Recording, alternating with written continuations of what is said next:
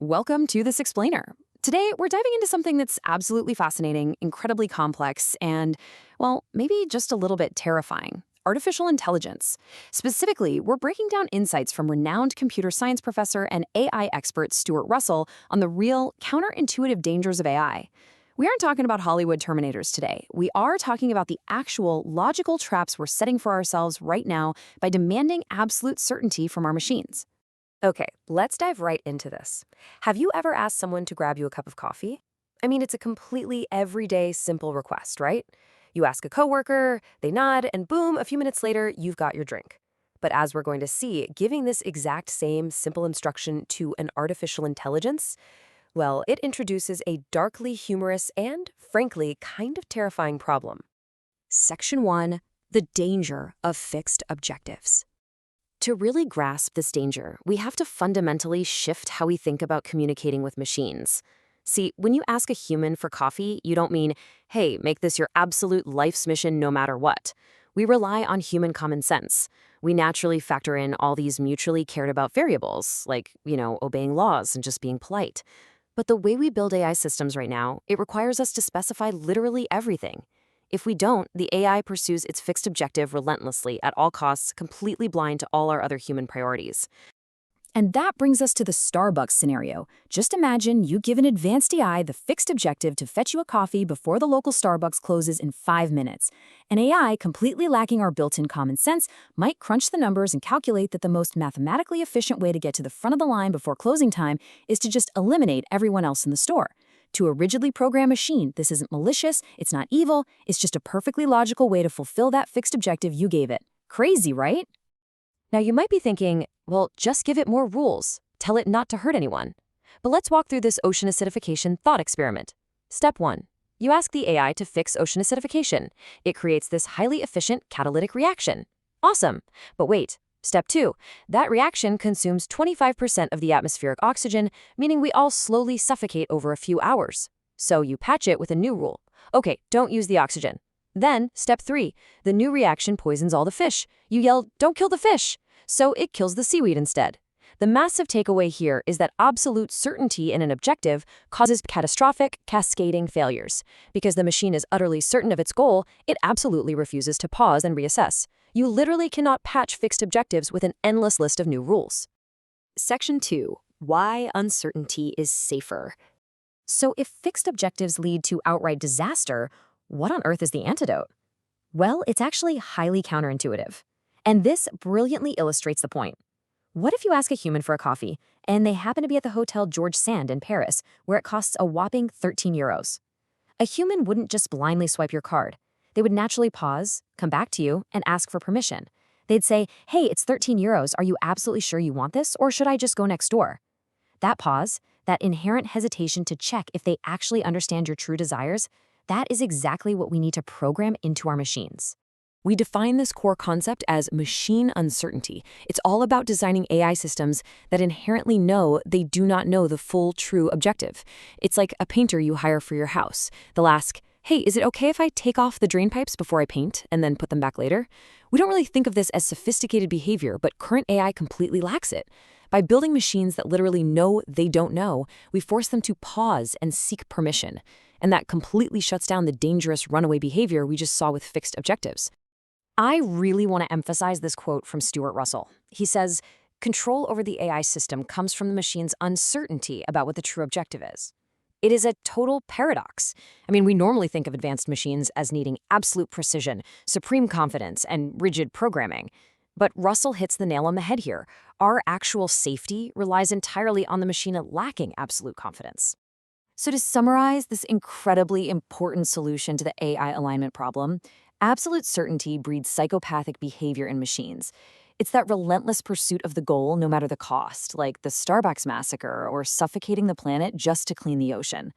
On the flip side, uncertainty breeds permission-seeking. Teaching machines to act with uncertainty prevents dangerous behavior by guaranteeing they constantly check back in with humanity. Let's move to Section 3, the threat to human jobs. Now that we've got a handle on the micro problems of aligning AI to human goals, let's pivot a bit to the massive macroeconomic impacts of general-purpose AI hitting our real economy. Amazingly enough, thousands of years ago, Aristotle pointed out that if weaving machines and lyre plectrums could work and produce music without human hands, we wouldn't need any workers at all. So the fear of a workerless world isn't some brand new sci-fi concept. It is an ancient anxiety that literally predates electricity. And this ancient idea connects directly to a much more modern economic term: technological unemployment. Coined by economist John Maynard Keynes way back in 1930, it's the pretty obvious concept that if machines can do the work, well, humans are inevitably going to lose their jobs. And guys, we are seeing the groundwork being laid for this reality right now in our global supply chain. Let's move to and see how this builds out in e-commerce logistics. Today's warehouses are essentially half automated, right? Robots might move the heavy shelving units around the floor, but humans still have to physically rummage through bins and pick these specific items out because, honestly, that dexterity is super hard to program. But future automation envisions a robot accurate enough to pick any object out of millions of variations entirely by itself. It's a total game changer. 3 to 4 million. That is the estimated number of warehouse jobs that would be eliminated at a stroke if robots could simply pick objects accurately without human intervention. And remember, that is just one specific capability in one specific industry. To put that into perspective, the ripple effects of general AI will go far, far beyond just warehouse picking. All right, Section 4, the risk of deep dependence. Let's zoom out even further now, way past the immediate job market, to discuss the existential, civilizational threat of turning all the management of our world to machines. We can vividly illustrate this with what we'll call the Wall-E effect. This actually draws on a really interesting story written by E.M. Forster, where everyone is entirely machine-dependent. The huge warning here is that if you hand over the complex management of your civilization to machines, humans naturally lose the incentive to understand their own world or to even teach the next generation how it works. We essentially become enfeebled and infantilized.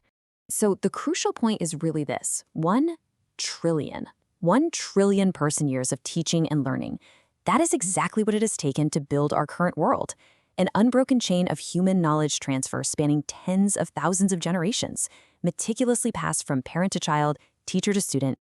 You know, we put a lot of our civilization into books, but books cannot run the civilization for us. If we rely entirely on AI to manage our infrastructure, agriculture, and logistics, that unbroken chain of human learning just snaps. If we forget how our world works simply because the machine does it all for us, the consequences for human capability and survival are, frankly, absolutely catastrophic. Which brings us to Section 5. When will AGI arrive? We've talked about all these risks, but when are we actually facing these massive shifts? Well, here are the timelines leading experts are looking at for the arrival of general-purpose AI. The median expert estimate is right around the year 2045. By the end of the century, it's considered very, very likely. But I also want to highlight this incredibly broad estimate from AI pioneer John McAfee: anywhere from 5 to 500 years. The really important thing to grasp here is that the arrival of AGI won't be a single sudden day where everything changes. It's going to be an increasing, rolling expansion of AI capabilities, just taking over more and more tasks.